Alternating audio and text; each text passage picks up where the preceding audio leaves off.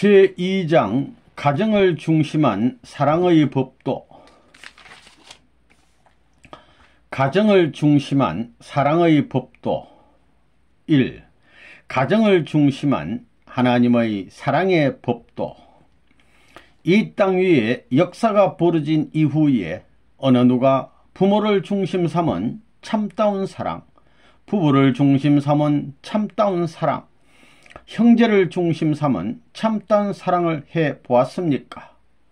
참다운 사랑은 절대적인 것입니다. 하나님의 사랑은 부모의 사랑, 부부의 사랑, 자녀의 사랑으로 나타납니다. 이 3대 사랑이 인간에게 있어서 절대적인 관을 초월할 수 있는 영원한 실존적 권한을 가지고 있습니다. 그렇기 때문에 이 3대 사랑이 결합하게 될 때 인간은 행복해지는 것입니다. 이것이 완전하면 행복도 완전한 것이요, 이것이 결여되면 불행이 깃드는 것입니다. 어머니가 없는 사람이 행복합니까? 어머니가 없는 만큼 불행한 것입니다. 또 아버지가 없는데 행복합니까? 아버지 없는 사람은 아버지 있는 사람이 부럽습니다. 행복하다는 것은 부러운 것이 없어야 합니다. 사랑도 부러운 게 없어야 합니다. 부러운 것이 있으면 행복하다고 할 수 없는 것입니다. 아버지가 없어도 행복할 수 없고 어머니가 없어도 행복할 수 없습니다. 남자가 아무리 배포가 크고 큰 소리 쳐도 여자가 있어야 합니다. 아내가 있어야 된다는 것입니다. 또 부부끼리 재미있게 살다가 남편이 훌쩍하게 되면 부인은 눈물을 흘립니다. 남자가 없어도 안 되고 여자가 없어도 안 되는 것입니다. 또 부부끼리 아무리 정이 있게 산다 하더라도 아들, 딸이 없으면 불행합니다. 아들만 필요합니까? 아들, 딸이 다 필요한 것입니다. 그런데 예를 들어 부모한테 아들, 딸 둘밖에 없다면 어떻겠습니까? 아들을 두고 볼 때에 그에게는 누나가 필요하고 또 형이 필요합니다. 또 딸에게는 오빠가 필요하고 언니가 필요합니다. 또 그들에게는 남동생과 누이동생이 필요합니다. 형님이 있어야 되고 누나가 있어야 되고 남동생과 누이동생이 있어야 합니다. 이것이 다 갖추어지지 않으면 불행한 것입니다. 여동생, 남동생, 누나, 오빠 다 갖추어져 완전히 하나 되는 가정은 하나님이 보호하십니다. 이것이 시족과 민족과 국가의 기본이 되는 것입니다. 나를 중심하고 아버지, 어머니, 형님, 누나, 누님, 그 다음엔 남동생, 여동생, 거기다 나까지 합하면 7명입니다.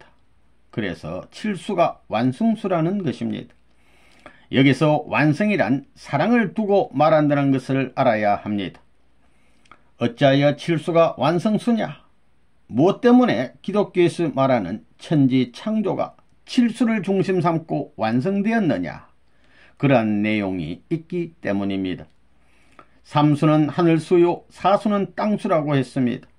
여기에서 3수는 아버지, 어머니, 나 해서 3수입니다. 그러면 4수는 무엇을 말하느냐?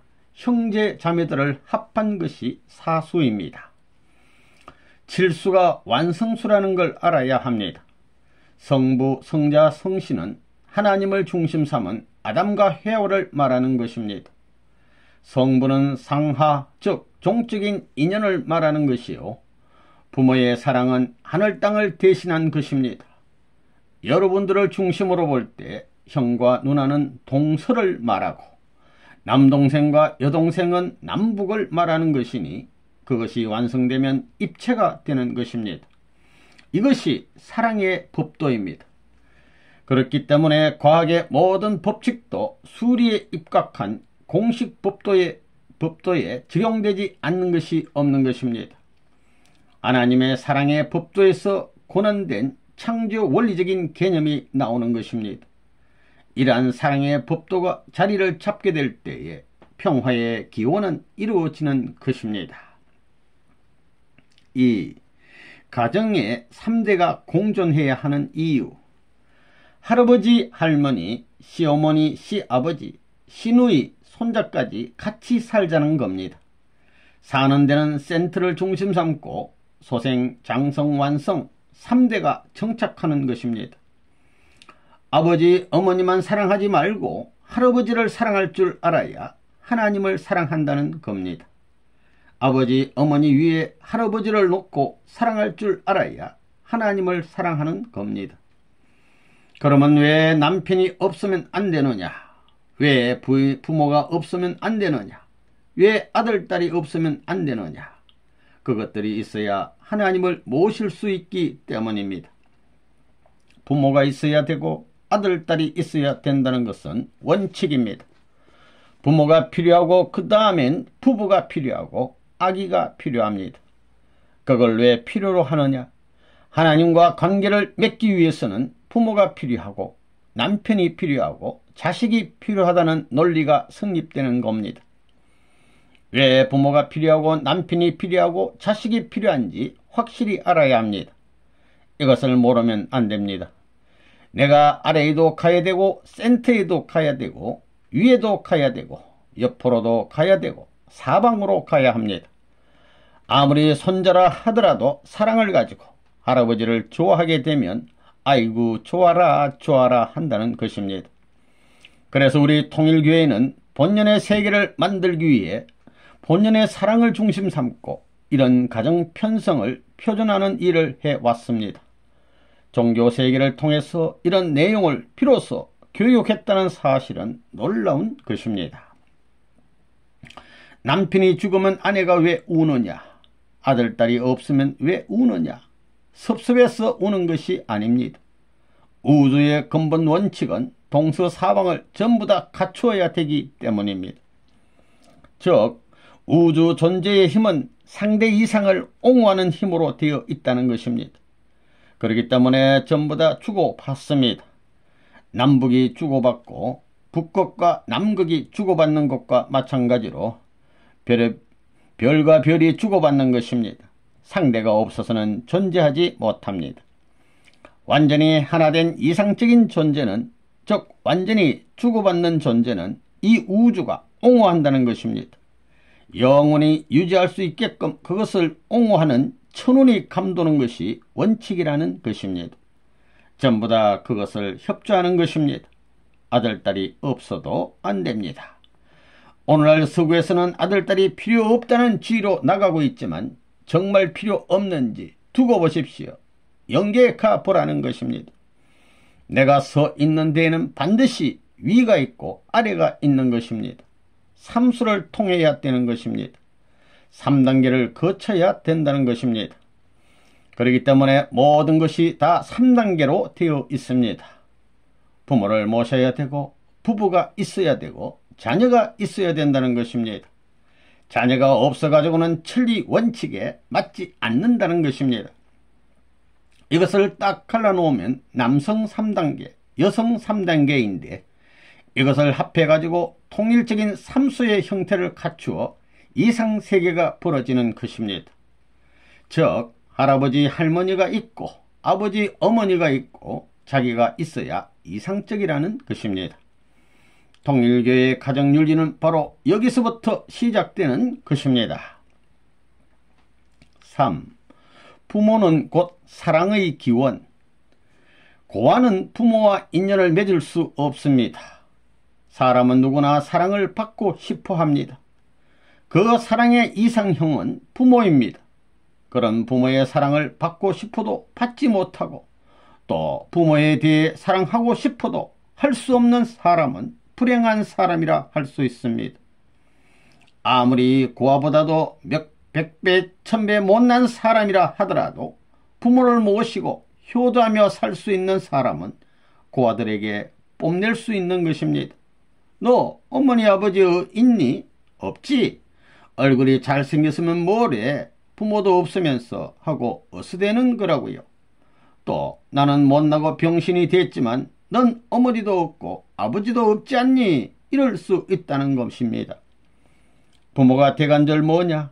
힘으로도 세계 챔피언이고 머리도 세계적인 챔피언인 아들이 혹 같은 존재인 아버지 어머니쯤이야 한 손가락으로 그어버리면 마음대로 다 할 수 있을 텐데 왜 무엇 때문에 마음대로 못하느냐, 이걸 알아야 합니다. 힘으로도 제일이고 머리로도 제일이니 힘 가지고 야 이놈들아 할 수 있고 머리 가지고 그렇게 할 수 있지만 그러지 못한다는 겁니다. 사랑의 기원이 어디냐? 사랑이 어디서부터 나오느냐?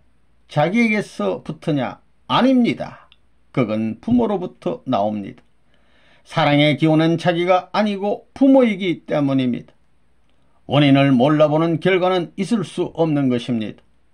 사랑을 중심 삼고 주인이 자기가 아니라는 것을 알기 때문에 그렇게 못하는 것입니다. 그러니 부모 앞에 와서는 예, 어머님, 아버님 그렇습니다 하는 겁니다.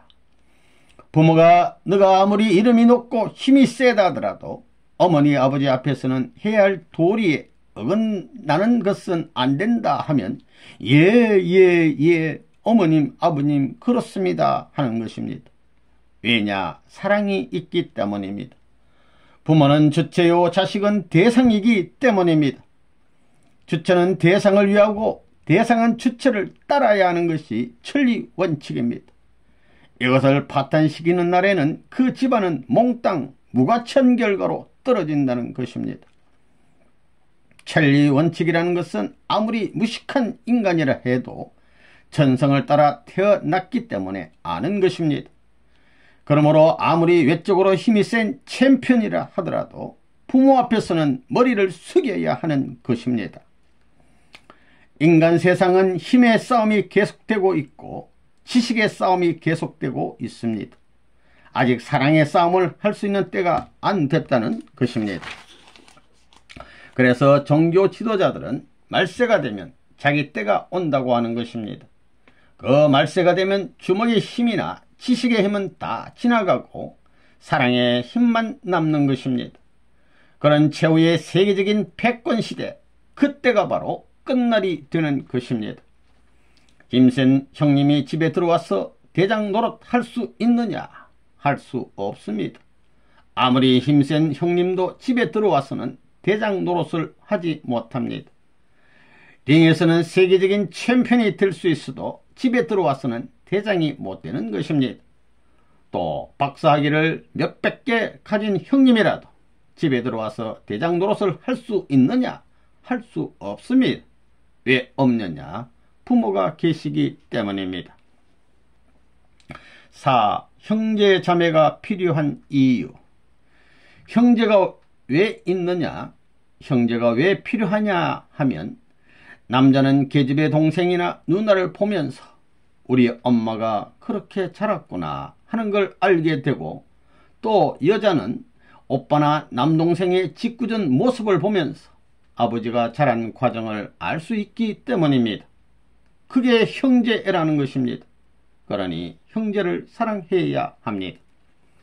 그리고 형제를 아버지와 어머니를 사랑하듯이 사랑하는 걸 배워야 합니다. 배우지 않고는 사랑할 수 없다는 것입니다. 그래서 형제들을 어머니, 아버지가 자라던 그때의 모습으로 알고 사랑함으로 말미암아 저 나라에 가서도 어느 때든지 어머니, 아버지를 사랑할 수 있는 것입니다. 부끄럽지 않고 사랑할 수 있는 주인이 되기 위해서 형제가 필요하다는 것입니다. 그러면 형제들이 어머니, 아버지보다도 그들 형제끼리 더 사랑하는 게 좋으냐, 덜 사랑하는 게 좋으냐? 더 사랑하는 게 좋습니다. 왜 그러냐? 아들, 딸한테 어머니, 아버지의 자랄 때의 모습을 보여줘 그들을 사랑함으로 말미암아 나면서부터 죽을 때까지 어머니, 아버지를 사랑했다는 입장을 세우기 위한 사랑을 중심 삼고 인연된 그런 형제들이기 때문에 그렇게 생각하는 겁니다. 그 다음엔 부모에게 있어서는 아들, 딸이 많으면 많을수록 어머니가 생각하기를 사내 애들이 저렇게 짓궂게 자라는 걸 보면서 아, 우리 남편이 자랄 때 저랬구나 하고 알게 된다는 것입니다. 그러니 애들을 사랑하는 것은 만나기 이전에 남편을 사랑하는 입장이 되는 것입니다. 또 남자는 아이고 저 계집애를 보니까 아내가 저렇겠구나. 어렸을 적 아내의 모습을 보여주는구나 하고 배운다는 것입니다. 그들을 사랑함으로 말미암아 지금까지 아내의 전처를 사랑했다는 조건이 성립된다는 것입니다.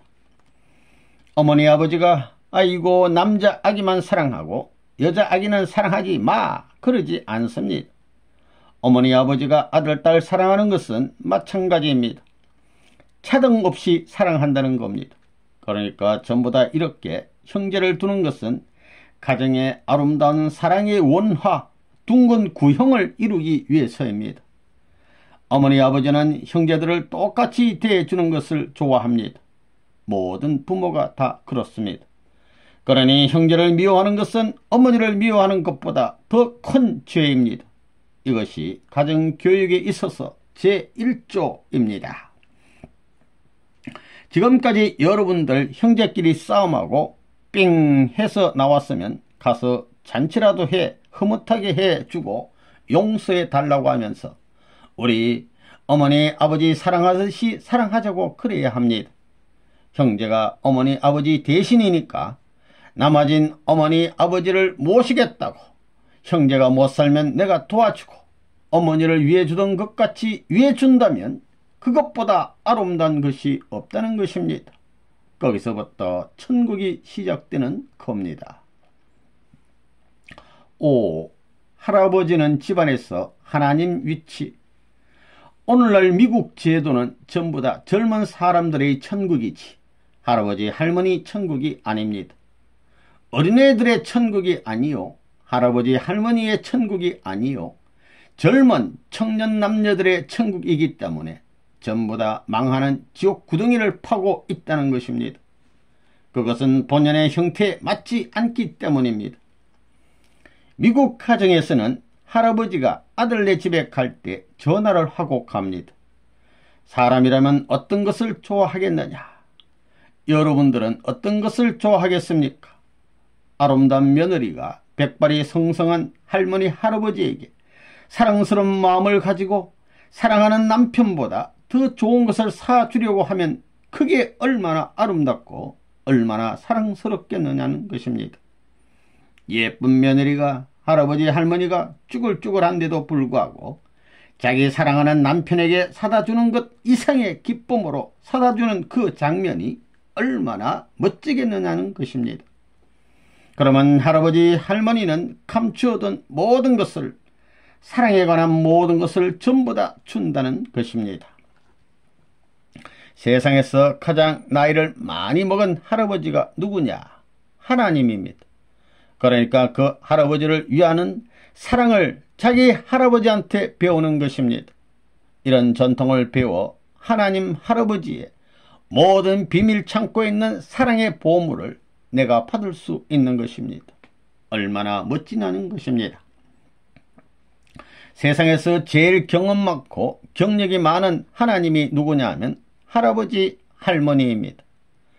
나이가 많으니까 잠을 많이 안 잡니다. 그러므로 야 우리 집에서 할아버지는 자지 않고 지켜주는 하나님이구나. 우리를 지켜주니 그렇게 늙으셨구나. 주름산을 보니 늙으셨구나. 그렇게 생각해야 합니다. 그게 아름다운 것입니다. 그런 할아버지 할머니 나이 많은 할아버지 할머니를 모신다면 불도 안 나고 도둑도 안 맞는다는 것입니다. 할아버지 할머니가 잠 안 자면 뭘 할 것이냐? 기도한다는 것입니다. 하나님 우리 아들 딸에게 복 주시오 복 주시오 하고 기도한다는 것입니다. 기도하다가 이야 아무개야 너 오늘 나다니다가는 위험하다 말 들어라 이렇게 다 가르쳐 주는 것입니다. 오늘은 나가지 마라 싸움하지 마라 아들아 어디 가지 말고 딸아 며느리야 오늘은 멀리 가지 마라 이렇게 가르쳐 주는 것입니다. 그러니 손자들에게 그런 할아버지 할머니가 필요하겠습니까? 필요하지 않겠습니까? 사랑을 가지면 할머니 할아버지도 춤추고 어머니 아버지도 춤추고 형제끼리도 춤춘다는 것입니다. 이와 같은 형태를 갖추고 사는 사람은 우주가 보호한다는 것입니다. 누가 그 사람을 죽이려 하면 자동적으로 우주가 막아준다는 것입니다. 부모는 손자를 어디에 내보내려면 반드시 할아버지의 승낙을 받아야 합니다. 부모 마음대로 못합니다. 할아버지가 하나님의 입장이 되는 것입니다. 6. 조부모와 손자와의 관계. 아장아장 걸어다니는 손자가 집에 들어와서 아이고 할아버지 할머니 어디 갔어 하면 어때요? 어머니 아버지도 앉아있고 자기 형제들도 많은데 들어오자마자 할아버지 할머니 어디 갔어 한다면 그게 어울려요? 안 어울려요? 그건 어울리지 않습니다. 말도 반말로 합니다. 할아버지 어디 갔어? 라고 합니다. 그러면 그 말을 생각해 볼 때 지금 80세가 넘어선 할아버지 할머니인데 이건 머리에 피도 마르지 않는 녀석이 대담하게 버티고 서서 아버지 어머니도 다 있고 형님 누나도 자기보다 더 훌륭한 분인데 거기서 버티고 서서 할아버지 할머니 어디 갔어 해도 전부 다 눈이 휘둥그레져 가서 야 요놈아 요 녀석아 뭐야 하고 책망하는 사람이 없습니다. 그건 왜이겠습니까? 보통 같으면 말이에요. 다른 데서 다른 사람이 그랬으면 우리 할아버지께 대고 너 그럴 수 있어 하고 야단칠 텐데 손자가 버티고 서서 그런 얘기를 하면 좋아합니다. 그래 할아버지 보고 싶어 하고 묻습니다. 그게 뭐냐 하면 할아버지에 대해서 어디 갔어 하는 것이 떡 달라고 하는 거예요. 밥 달라고 하는 거예요. 그 내용이 문제입니다. 내용이 뭐냐 하면 할아버지를 보고 싶어 한다는 것입니다. 그러면 그렇게 보고 싶어 하는 것은 좋은 거예요? 나쁜 거예요? 그건 좋은 것입니다. 천하가 보고 싶어 하고 또 보고 싶은 동시에 그 다음엔 무엇 때문이에요? 가만히 사방을 둘러보면 형님을 가만 보고 누나도 다 가만 보면 지금 그 무렵에 가서 좀 안고 싶은데 요리 바라보고 저리 바라봐도 형님 눈치를 가만히 보고 가서 3분만 앉게 되면 밀어낼 것이 뻔합니다. 또 아버지도 가만히 보니까 바쁘고 피곤한 아버지, 그거 다 경험을 통해서 알 수 있습니다. 가서 궁둥이를 대고 10분만 앉아있어도 싫어하는 모습이 보입니다.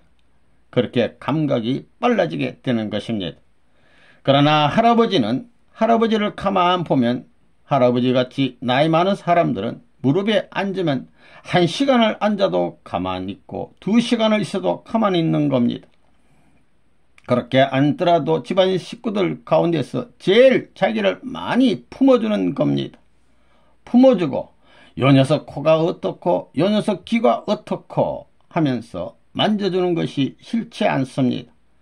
다듬어주고 쓰다듬어주고 만져주고 어떤 때는 안 만져보는 데 없이 다 만져보지만 말입니다. 그래도 싫지 않습니다.